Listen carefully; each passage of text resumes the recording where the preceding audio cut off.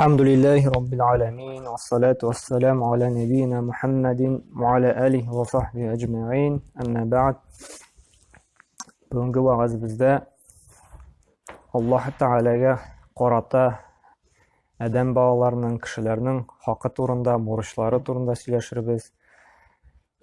Һәм Аллах Тағаланың инде шулай бізге қарата нинди бурычы бар, шуны біліп кетербіз. Инде бұл хадис біздің инде Бухари һәм Муслим жиынтығында келе.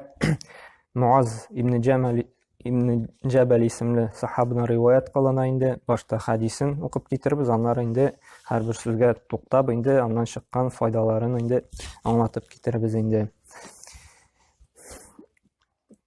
Муаз ибн Джабал радиллаһу анһу قال كنت رديف النبي صلى الله عليه وسلم على حمار ди. Бер вакытта Пәйгамбәр саллаллаһу белән инде бергә ди ишәк өстендә идек инде. فقال لي һәм миңа әйтте ди: "Я Муаз, أتدري ما حق الله على العباد ди. Син беләсеңме ди, кулларына карата Аллаһ Тәгаләнең инде нинди бурычы бар ди. Үзенә инде нинди бурыч алды ди Аллаһ Тәгалә үзләренең кулына карата, ягъни безгә адәм балаларына, кешеләргә карата инде. Һәм шулай ук беләсеңме ди, "Ва ма хаққул ибад аля Аллаһ", шулай ук кулларның ди Аллаһ Тәгаләгә карата нинди бурычлары, нинди хаклары бар ди. Культу һәм мин әйттем ди, "Аллаһ ва расулуху а'лам" ди. Аллаһ һәм аның илчесе ди белүчерәк ди. Ягъни белмим дип әйтә инде. Кала һәм Пәйгамбәр үзе әйткән, "Хаққуллаһ аля ибад", кулларының ди Аллаһ Тәгаләгә карата бурычы ди, "Ан я'будуху ва ла юшрику бихи шай'ан" ди. Аллаһка ди бер үзенә генә табыну, гыйбадат кылу һәм бер кемне дә инде аңа тиңдәш кылмау ди. Ва хаққул ибад аля Аллаһ, һәм инде кулларының Аллаһ Тәгалә карата хакы ди, "Ан ла ю'аззиб ман ла юшрик бихи шай'ан" ди. Аллаһ Тәгалә ди, кем Аллаһка Тәгалә тиңдәшлек кылмый икән ди, ул аны газапламау ди инде. Ягъни Аллаһ Тәгалә үзенә шундый хак, шундый бурыч алган, әгәр дә куллары аңа тиңдәшлек кылмый икән, ул аларны газапламый. Үз өстенә инде Аллаһ Тәгалә шундый бурыч алган инде, кулларына карата инде. Культу афала убаширу нас, һәм әйттем ди, шатландырыйммы ди шушы хадис белән, шушы хәбәр белән кешеләрне ди. Пәйгамбәр саллаллаһу әйтте, юк ди. Ла тубаширхум ди. Юк ди, шатландырма ди, җиткермә ди моны ди кешеләргә ди. Чөнки ди өметләнеп ди изгелек кылудан, хәерлелек эшләүдән туктарга мөмкиннәр ди. Бу хадис инде әйткәнемчә Бухари һәм Муслим җыентында килә, һәм һәрбер сүзгә инде туктап аңлатма биреп китербез шушы бик файдалы, бик зур әһәмияткә ия булган хадис турында инде. Иң беренче инде Муаз ибн Джабал инде безнең бик шундый югары дәрәҗәле сахаба була инде. Ул халал белән харамны, шушы фикх гыйлемен диек инде иң каты белүче сахаба була инде.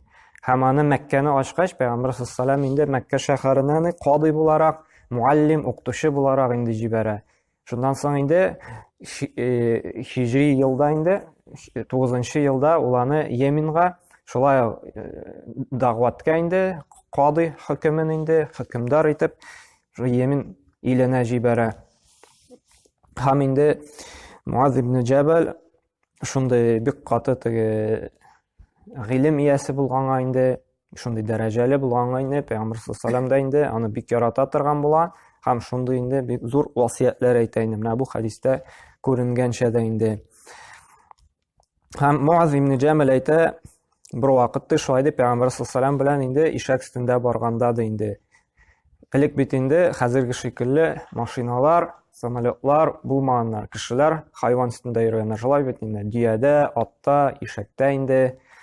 Онда ат инде ул самый теге иномарка булган инде. Дия анда уртанчарак инде, һәм инде ишәк инде теге хәзерге көндә алсак теге Москвич, Копейка, Запорожец фикерләр булган инде.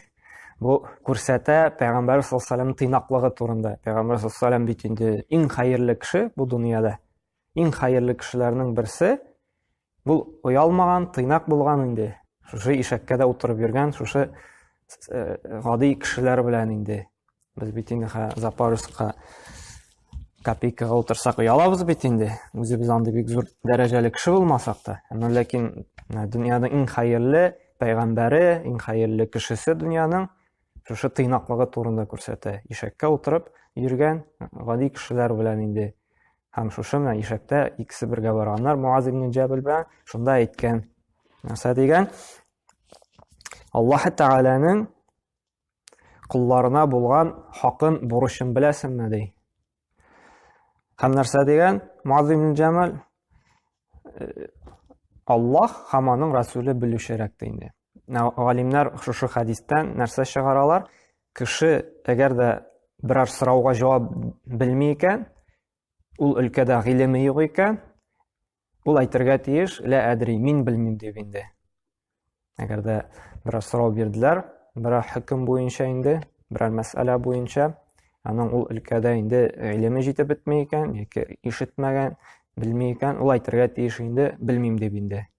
Чөнки әгәр дә инде белмәгәненә инде анда үзенчә инде карар чыгарып нәрсәләр булса әйтә икән, бу Аллаһ каршында инде зур гөнаһ алачак инде. Чөнки бу дин мәсьәләсенә кагыла инде, дин мәсьәләсендә. Чөнки дин мәсьәләсендә инде белмичә инде бер нәрсә дә әйтергә ярамый. Чөнки Аллаһ Субханаһу ва Тааля әйткәнчә, Пәйгамбәр саллаллаһу алейһи ва сәлләм өйрәткәнчә, шул гыйлемне белсәк кенә без әйтергә тиешбез инде.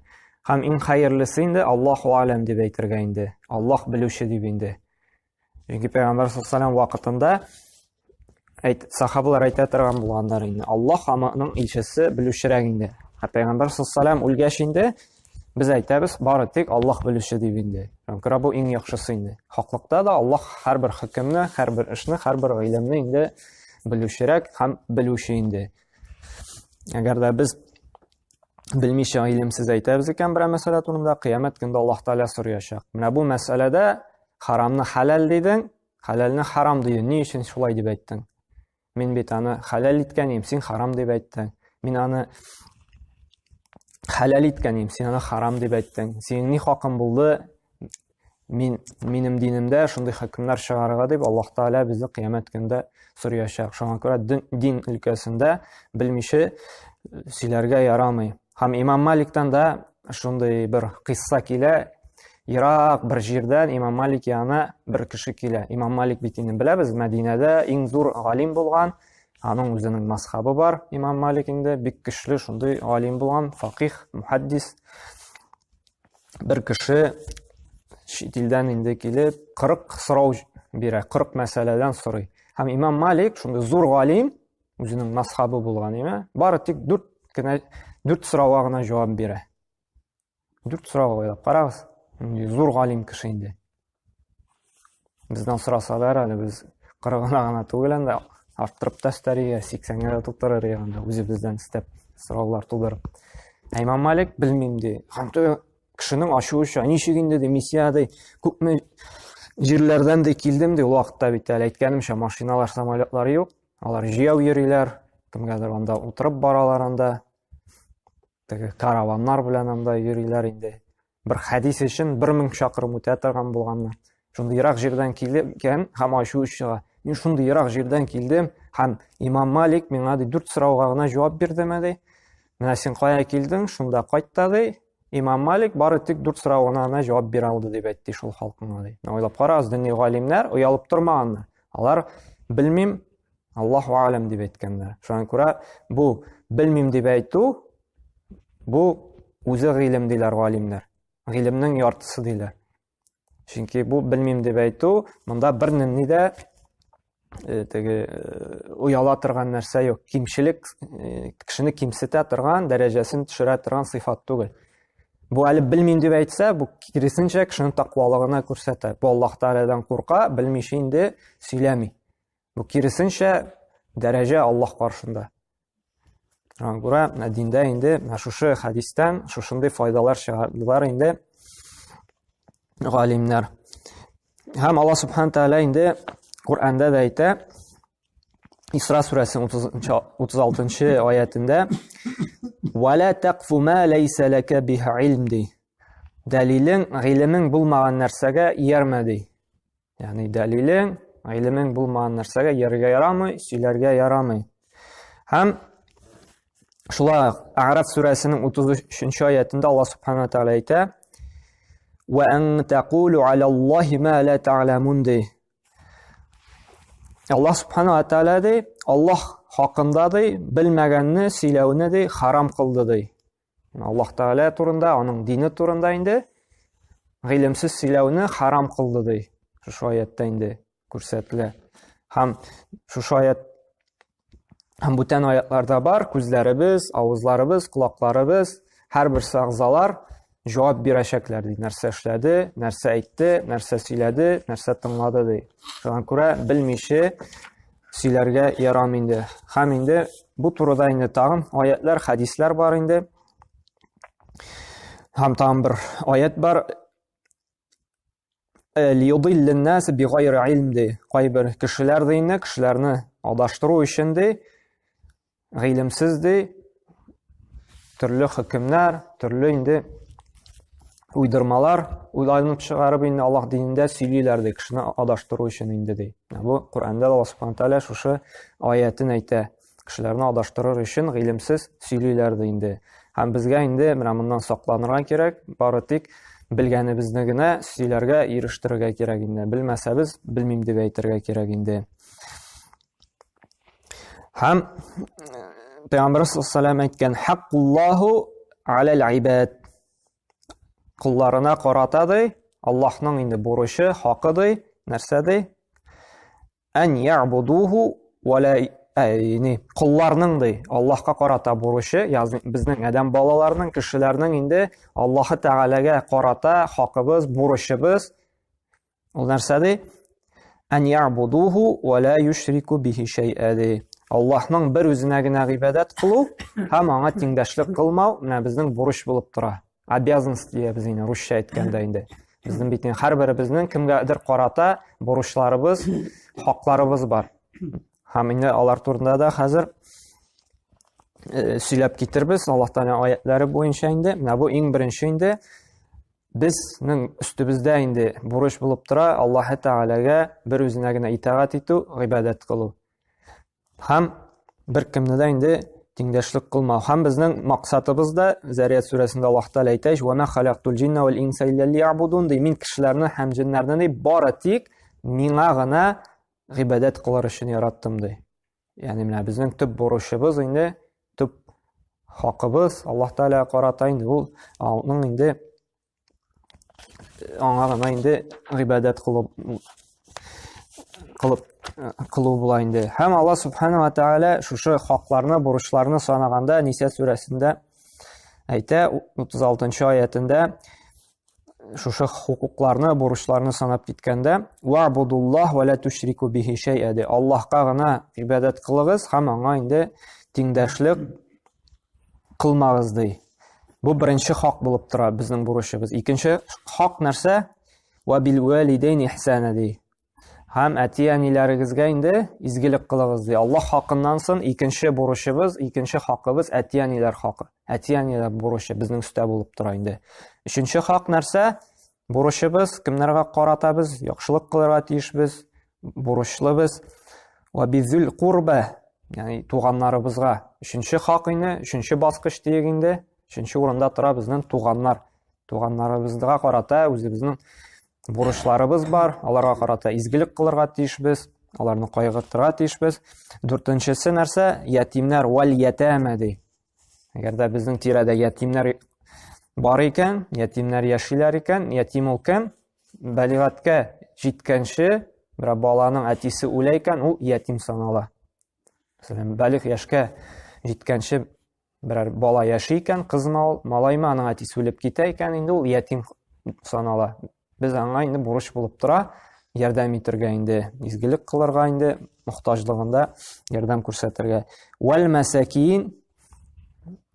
Шуннан соң ничәнче, 5нче име? Мискиннәр, факирләр ди. Ягъни мохтаҗ кешеләр инде. Безнең тирәбездә бар икән шундый мохтаҗлар инде, факирләр, мискиннәр, без аларга шулай изгелек кылырга, ярдәм итәргә тиешбез. Ва җари зил курба ди. Һәм туган булган күршеләребез ди инде. Бу безнең шулай ук өстебездә бурыч булып тора. Вал джарил джунуби, һәм күршеләребез ди. Бу күршеләребез шулай ук безнең аларга карата бурычыбыз, хакларыбыз бар инде. Шу яхшылык кылу инде, изгелек кылу. Ва сахибу биҗанби, һәм инде кардәшләребез, дусларыбыз. Ва ибн сабил, ягъни юлчылар ди. Ва ма малакат әйманукум, ягъни хезмәтчеләребез. Менә бу санап китерелгән 10 хак. Аллаһ хакы иң беренче, аннары әтияни хакы, туганнар хакы, ятимнәр хакы, мискиннәр, мохтаҗлар хакы име, туган булган күршеләр хакы, шуннан соң күршеләр, туган булмаган күршеләр хакы инде. Аннары кардәшләр, дуслар, юлчылар, мусафирлар хакы һәм хезмәтчеләр инде, безнең аста булган эшчеләр инде. Монысы инде күбрәк теге хуҗа, начальство кешеләргә кагылган инде. Бу 10 хакыбыз булып тора инде. Менә монда иң беренче инде Аллаһ хакын алабыз. Безнең монда инде бүгенге тема Аллаһ хакы турында инде. Теге хаклар турында инде икенче сөйләшербез. Менә монда иң беренче хак, менә шушы аятта да әйтелә: "Вa'будуллаһ ва ла тушрику биһи шай'a". Менә бу аяттан, бу хадистән нәрсә аңлашыла? Күп кешеләр инде аңлап бетерми, гыйлем җитмәү аркасында Аллаһка ди гыйбадат кылыгыз һәм тиңдәшлек кылмагыз ди. Менә бу бик мөһим нәрсә. Кеше Аллаһка гыйбадат кыла ала, шулаймы? Аллаһка гыйбадат кылам ди, Аллаһка итагать итә. Әмма шул вакытта инде бүтән нәрсәләргә дә итагать итәргә, бүтән нәрсәгә буйсынырга, бүтән нәрсәгә табынырга, бүтән нәрсәгә инде гыйбадат кылырга мөмкин. Менә бу Аллаһның хакын үтәми шушы кеше. Ул үзен мусульманга санап йөрсә дә. Шуңа күрә шарт булып тора, нәрсә ди? Аллаһка гыйбадат кылсыз һәм аңа беркемне дә тиңләмәгез ди. Без Аллаһка итагать итәбез икән, гыйбадат кылабыз икән, аны беркемне дә бер илаһ белән тиңләргә, бер дәрәҗәдә инде куярга тиеш түгелбез. Аллаһка гыйбадат кылам дип алындык икән, калган илаһләргә инде берни сихерчеләр дә түгел, берни изгеләштергән кешеләр дә түгел, анда төрле гороскоплар да түгел, әле хурафатлар да түгел. Берсенә дә инде без гыйбадат кылырга, аның белән калбыбызны бәйләргә тиеш түгелбез. Чөнки бу инде безнең шартыбыз булып тора инде. Һәм Аллаһ Субханаһу тааля шулай Каф сүрәсендә әйтә, 110 аятында: "Фәмән кана ярҗу лиқа раббихи фәльяъмал амалан салихан ва ла юшрик би'ибадатихи раббихи ахада". Кемде Раббысы белән шырашырга телиди, ул ди изге гамәлләр кылсын ди. Һәм беркемне дә ди, менә монда карагыз, беркемне дә ди. Пәйгамбәрләр дә түгел, фәрештәләр дә түгел, бар бит шундыйлар. Пәйгамбәрләргә табынып йөрүчеләр, фәрештәләргә табынып йөрүчеләр, кешеләрне изгеләштереп табынып йөрүчеләр. Әмма ләкин бу аят шуны юкка чыгара. Беркемне дә ди, гыйбадәттә беркемне дә Аллаһка тиңдәш кылмасын ди. Монда беркемне дә әхәдә ди. Монда Аллаһ Тәгалә иң яраткан бәндәләренә дә гыйбадат кылырга ярамый. Ул фәрештәләр булсын, пәйгамбәрләр булсын, бу Аллаһның иң яраткан куллары диек инде. Чөнки пәйгамбәрләр бит инде шушы динне ирештерделәр, иң яраткан куллары булды, шулаймы? Әмма ләкин аларга да гыйбадат кылырга ярамый. Чөнки беркемгә дә инде гыйбадат кылу ярамый. Һәм менә бу Аллаһка тиңдәшлек кылу, Аллаһ белән бер рәттән бүтән илаһларга, путларга табыну, ул безнең гамәлебезне юкка чыгара. Моңа дәлил булып тора Зумар сүрәсе 65 аяты: "Лаин ашракта ла яхбитанна амалука ва ла такунанна минал хасирин".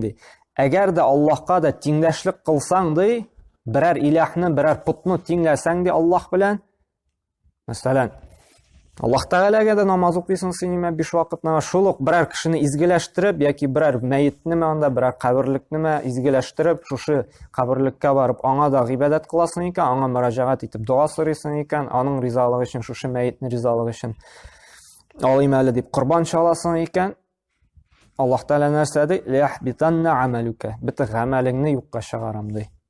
Һәм ахыр шиктә ди, нәрсә ди? Ахыр шиктә ди, хәсрәттә булачаксың ди. Бу дәлил булып тора. Аллаһ белән берәр илаһны, берәр путны без тиңлибез икән, гыйбадәттә нәрсә генә булмасын, дугадамы ул, курбан чалудамы ул, анда берәр изге гамәлне аңа багышлаудамы ул, өметләнүдәме, Сораудамы, куркудамы, тәвәккәл кылудамы инде Аллаһ Тәгалә бөтен шушы гамәлне инде юкка чыгарады инде. Һәм безнең бит гыйбадәт кабул булуыбызның да ике шарты бар. Ул нәрсә? Иң беренчесе ихласлык булырга тиеш. Шушы Аллаһ ризалыгы өчен генә булырга тиеш. Әгәр дә бүтән иләх ризалыгы өчен, берәр кеше ризалыгы өчен булса, кешедән куркып эшләнсә, Аллаһ Тәгалә кабул итмәй, чөнки иң беренче шарт ул ихласлык булырга тиеш. Икенче шарты инде Пәйгамбәр саллаллаһу алейхи ва сәлләмнең инде сөннәтенә муафиq булырга тиеш. Һәм набу шәһадәт кәлимәсе дә бар бит. Ла илаһа. Ла ул инкар итү бөтен илаһларны, бөтен путларны. Илля Аллаһ без исбатлыйбыз Аллаһ Тәгалә генә хакыйкый илаһ дип. Менә шушы аят әйттек бит. Вa'будуллаһа, Аллаһка гына гыйбадәт кылыгыз, ягъни Аллаһтан хакыйкый илаһ дип алабыз. Ва ла тушрику биһи шай'a. Һәм бер кемне дә тиңдәш итмәйбез. Ягъни бөтен илаһны инде инкар итәбез, кабул итмәйбез. Менә бу ла илаһа илляллаһ та шуны аңлата. Ла илаһа. Инкар итәбез бөтен путларны, бөтен илаһларны гыйбадәт кыла торган, бөтен батыл, ялган нәрсәләрне инкар итәбез, кабул итмәйбез. Һәм илляллаһ дибез, исбатлыйбыз Аллаһ Тәгалә генә хакыйкый илаһ, аңа гына гыйбадәт кылырга тиешлебез дип. Һәм нәрсә дибез? Әшһаду ан ла илаһа илляллаһ ва әшһаду анна Мухаммад расулуллаһ. Мухаммад расулуллаһ нәрсә дигән сүз? Ягъни Пәйгамбәр саллаллаһу алейхи ва сәллям инде аның илчесе һәм кулы, ягъни шушы гыйбадәтне беренче нинде әйттек бит, әшһаду ан ла илаһа илляллаһ. Аллаһ Тәгаләне хакыйкый илаһ, аңа гына гыйбадәт кылам дип әйтәбез бит. Шушы гыйбадәтне кылабыз, ничек итеп? Әшһаду анна Мухаммад расулуллаһ. Ничек Пәйгамбәрбез Мухаммад саллаллаһу алейхи ва сәллям өйрәтте? Бу икенче, шушы шәһадәт кәлимәсенең икенче яртысы Мухаммад расулуллаһ шуны аңлата. Ягъни Мухаммад расулуллаһ дигәч, шаһидлек биргәч, Пәйгамбәрбез Мухаммад саллаллаһу алейхи ва сәллям дигәч, biz инде шаһидлек бирәбез, гыйбадәтне кылабыз, ничек Пәйгамбәрбез безгә өйрәтте. Менә шулай дигән сүз шәһадәт кәлимәсен әйтү. Әшһаду анна Мухаммад расулуллаһ дигәч, без шаһидлек бирәбез, эй Раббым бер Аллаһ, сиңа без табынашакбыз, гыйбадәт кылачакбыз, ничек синең Пәйгамбәрең безгә өйрәтеп калдырды. Менә гыйбадәт ничек кылынырга тиеш. Әгәр дә без инде кылабыз икән гыйбадәтне бүтән төрле, үзебез уйлап чыгарып анда, бүтән кешечә анда календарда язганча, газеттә язганча, телевизордан сөйләгәнчә анда һәр кеше үз акылы белән аңлый да, аха шулайдыр әле бу, булай эшләсәң хәерлерәктер дип, без инде гыйбадәтне кылабыз, әшһаду анна Мухаммад расулуллаһ дип түгел. Әшһаду анна би нәфси, ягъни минем нәфсем ничек теләде, шулай гыйбадәт кылдым килеп чыга. Безнең шәһадәтебез дөрес булмый. Шуңа күрә гыйбадәт кылганда, шушы ике шарт үтәлгәндә генә гыйбадәтебез кабул була. Беренче шарт ихласлык, Аллаһ өчен генә булырга тиеш. Бүтән бер кем өчен дә, бер илаһ өчен дә булырга тиеш түгел. Икенче шарты нәрсә? Пәйгамбәр саллаллаһу алейхи ва сәллям күрсәткәнчә генә гыйбадәт булырга тиеш. Шул вакытта гына безнең гамәл гыйбадәтләребез кабул булачак. Аллаһ Тәгалә бездән инде кабул итәчәк. Чөнки Пәйгамбер саллаллаһу алейхи ва сәллям нәрсә диде? Бухари һәм Муслим җыентында килә торган хадистә, "Ман ахдаса фи амрина ма лайса минху фахуа раддун" диде. Кем безнең әмребезгә, шушы безнең динебезгә бер яңалык кертә икән, ул кире кагылачак, кабул булмаячак диде.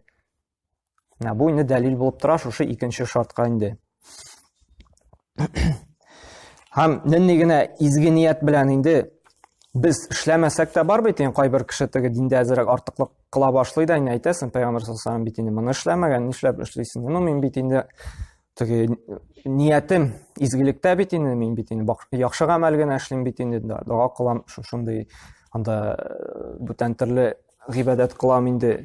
Мәсәлән, алыйк намаз буенча инде. Мәсәлән, ясту намазын укыдык бит инде. Әйдә, әле вакыт бар, йокларга әле иртәрәк, 4 ракат фарыз түгел, анда 8 ракат фарыз итик яки 6 ракат фарыз итик. Нишләп бит яхшы бит инде. Кур'ан укыйбыз, зикр әйтәбез. Анда 33 тапкыр субханалла әйтмәйбез, анда 300 тапкыр субханалла әйтәбез, 300 тапкыр альхамдулилла әйтәбез, 300 тапкыр Аллаһу акбар әйтәбез. Нишләп зикр бит яхшы бит инде. Ниятебез бит изгедә. Нәрсә булган инде моңа? Әмма ләкин нәрсә ди? Пәйгамбер саллаллаһу алейхи ва сәллям, "Ман ахдаса фи амрина" ди. Кем безнең әмребезгә, динебезгә инде артыклык кертсә дә, ул кабул ителмәде. Чөнки барлык хәерлелекне Пәйгамбер саллаллаһу алейхи ва сәллям белә. Һәм икенчедә дәлил бар, Бухари җыентыгында килә. Шулай сахабалар килеп Пәйгамбер саллаллаһу алейхи ва сәллям турында, аның гыйбадәте турында, аның хатыннарыннан сорый торган булганнар инде. Һәм аның хатыннары әйтәләр теге, ничек итеп ул күп итеп ураза тота, ничек итеп күп итеп төнге намазлар укый һәм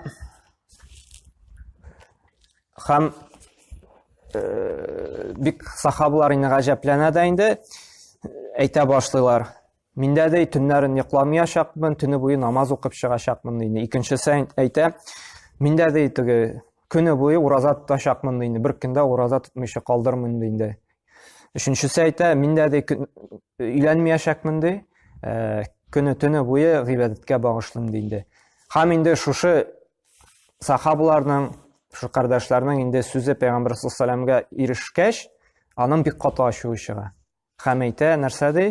Мин ди төнен йоклыйм, һәм мине күпмесендер инде намаз укыйм ди. Мин ди уразада тотам, көннәрен инде ифтарда кылам, ягъни ашамыйча йөрим ди. Мин ди хатын-кызларга да өйләнәм ди, һәм инде гыйбадәттә кылам ди. Һәм кем минем шушы сөннәтемә инде каршы килә ди, минем сөннәтемнән бармый ди инде, ул бездән түгел ди инде. Шуңа күрә менә бу шулай ук диндә артыклык кылу, менә ничек бу шушы хадистә кыла. Менә бөтенсенең бит нияте изгедә, шулай бит. Шушы әйтә бит, көне буе ураза тотам ди. Бу бит изге гамәл. Ничек инде тыйып була кешене уразаны тотудан. Мин бер көнне калдырмыйча ураза тотачакмын. Яки ләкин Пәйгамбәр саллаллаһу алейһи инкар итте. Мин ди көннәрен инде ураза тотам ди. Инде кайбер вакыт инде кайбер көннәрен ураза тотмыйм ди. Икенчесе әйтте, мин төне буе намаз укыячакмын, йокламыйм ди. Бу бит яхшы гамәл. Әмма ләкин Пәйгамбәр саллаллаһу бит ачуы чыкты. Мин ди кайбер төннәрне йоклыйм ди, кайбер төннәрне намаз укыйм ди. Берсе әйтә, мин ди өйләнмим ди. Чөнки өйләнгәч инде төрле теге мәшәкатьләре туа бит инде. Гыйбадәткә вакыт әзрәк кала. Бигрәк төндә намазга тора алмаска мөмкин, Кур'ан укый алмаска мөмкин. Шуңа күрә әйтә, өйләнмим ди. Әмма ләкин нәрсә Пәйгамбәр, мин өйләнәм дә ди. Бөтенесенең бит нияте изгелектә, яхшылык эшләргә теләдер. Әмма ләкин нәрсә диде? Кем минем сөннәте буенча бармады, ул инде миңа каршы килде ди, һәм миннән инде минем юлымнан булмаячак диде инде. Һәм шуңа күрә әле теге ниятнең яхшылыгы гына җитми. Пәйгамбәр саллаллаһу юлыннан булырга тиеш инде. Һәм Пәйгамбәр саллаллаһу дәвам итеп әйтә: "Ва хаккул ибад ала Аллах ан ла ю'аззаб ман ла юшрик биһи шай'а." Һәм инде Аллаһка карата да инде кулларының Аллаһның инде бурычы ди, кулларына карата инде Аллаһ Тәала үзенә шундый бурыч алган инде, шундый хак алган кулларына карата, адәм балаларына карата, кешеләргә карата инде. Әгәр дә шушы куллары, адәм балалары аңа тиңдәшлек кылмыйча, бер үзенә генә инде гыйбадәт кылып яши икән, ул аны инде газапламаячак ди инде. Газапламаячак ди. Һәм менә бу Аллаһ субхана ва тааля инде үзенә шундый бурыч алган инде, бер кешене дә бит инде Аллаһ Тааляны йөкли алмый. Аллаһ Тааляның өстендә шундый бурыч була дип. Аллаһ Тааля үзе алган инде үзенә шундый бурычны инде. Һәм менә бу күрсәтә инде шушы Аллаһты тиңдәшлек кылудан инде ерак була икән, сәламәт була икән, Аллаһның газабыннан имин булачак инде. Әмма ләкин кем инде шушы гыйбадәтен пычратты икән инде, гыйбадәтенә шушы куркыныч ширне, шушы Аллаһны тиңләү, шушы ширк диек инде гыйбадәт белән бутады икән инде, бу вакытта инде Аллаһ сакласын инде, Аллаһ субхана ва тааляның инде газабы булачак инде. Әмма дә ләкин Аллаһ субхана ва тааля шушы бер үзенә генә гыйбадәт кылучы бәндәсен ул кыямәт көнендә инде калган гөнаһларын инде тили икән гафу итә. Мәсәлән, Аллаһның бер үзенә генә гыйбадәт кылып яшәгән, әмма дә ләкин кайбер мәсьәләләрдә инде хаталанган гөнаһлар кылган. Аллаһ сакласын теге анда кешене рәнҗеткән булырга мөмкин, урлаган булырга мөмкин, анда бүтән төрле гамәлләр. Әмма ләкин тиңдәшлек кылмаса, кыямәт көндә тили икән Аллаһ Тааля бөтен шушы гөнаһларын инде гафу итеп җәннәткә кертә ала. Яки шушы эшләгән гөнаһларыннан арынганчы, чистаранганчы, чөнки җәннәткә керә саф чиста бәндәләр генә. Ул аны инде күпмедер мигдарга җәһәннәмгә кертеп ала. Шушы чистартыр өчен, шушы гөнаһларыннан арындырыр өчен газаплап ала. Иң куркыныч, әгәр дә кеше Аллаһка тиңдәшлек кылган булса, Аллаһка ширк аткан булса, ниндидер илаһ белән бер дәрәҗәгә куйган булса Аллаһ Тааляны, һәм тәүбә кылмыйча үлеп китсә, Алла сакласын, моның инде мәңгелек урыны җәһәннәм була инде. Бу сүзләргә дәлил инде Алла субханәһу ва тааляның Ниса сүрәсендәге 48-нче аят. Алла субханәһу ва тааля әйтә: "Инналлаһа ла яғфиру ан юшрака бих". Дөрестлектә дә Алла субханәһу ва тааля үзенә тиңдәшлек кылуны, үзенә ширк кылуны, үзенә бер тигез тиңләүне бүтән илаһ белән кичерми ди, гафу итми ди. Әмма ләкин нәрсә ди? "Ва яғфиру ма дуна залика лиман яша" ди. Әмма ләкин калган гынаһларны ди, шушы ширктан башка, тиңләүдән башка калган гынаһларны кемгә тели ди, ул аны гафу итә ди инде. Бу дәлил булып тора. Аллаһ Тәала инде кичерми, гафу итми ди, шушы үзенә тиңдәшлек кылганны инде. Әмма ләкин кеше Аллаһ гыйлемсезлек аркасында тиңдәшлек кылды икән, тиңләде икән Аллаһтан бүтән бер илаһ белән, һәм аңлап алгач тәүбәгә килде, гафу итте икән, бу вакытта Аллаһ Тәала кичерә. Монда инде проблема юк. Монда кай вакытта шундый куркыныч туа, әгәр дә кеше шундый халәттә үлеп китсә, менә бу вакытта Аллаһ Тәала кичерми, мәңгелек җәһәннәмгә кертә инде.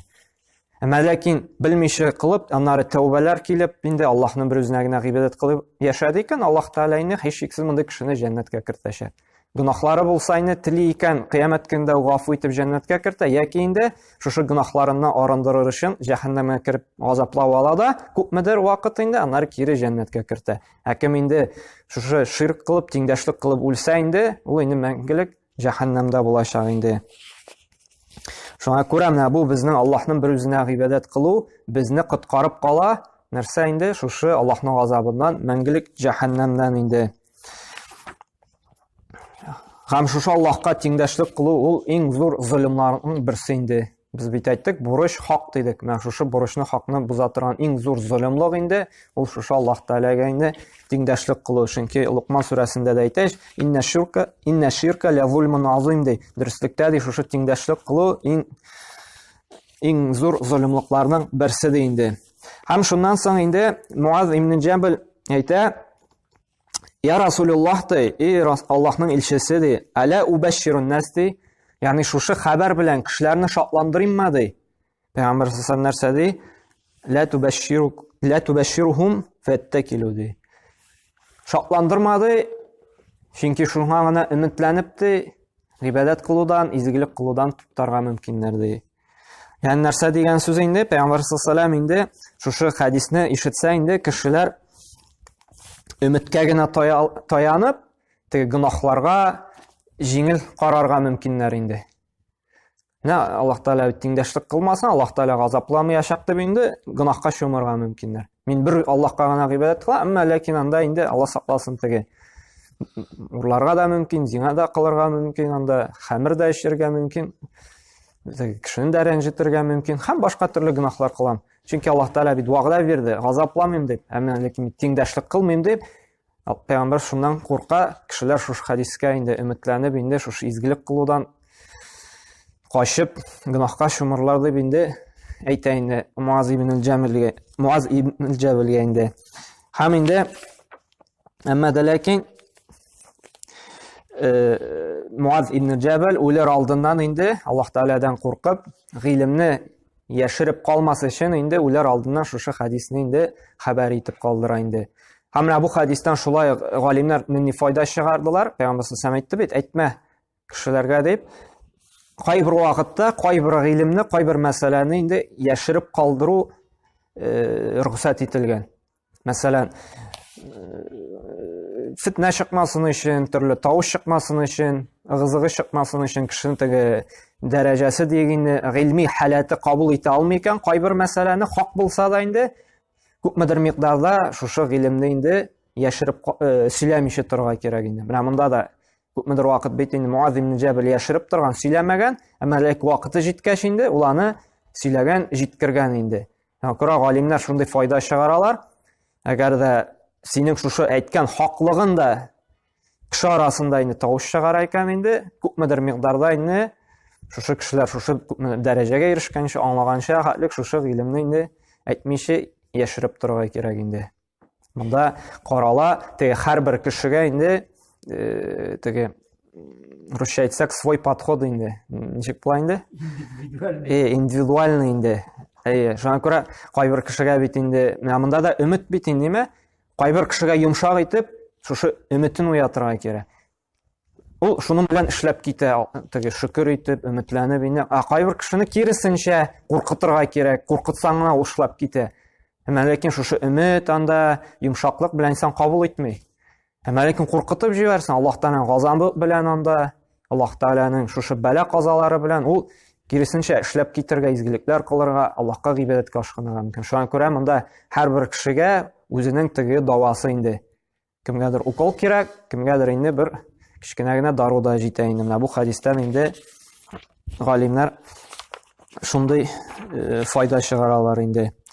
Һәм Аллаһ Субхану ва Тәгалә инде безгә тауфик бирсен, шушы хадис белән, шушы хадискән түгел, монда әйтелгән аятлар белән инде гамәл кылырга, һәр барчабызга да инде шушы Аллаһ Тәгаләнең инде бурычын, хакын үтәп яшәргә язсын, шушы хакын, бурычын бозырга язмасын бер-беребезгә дә инде.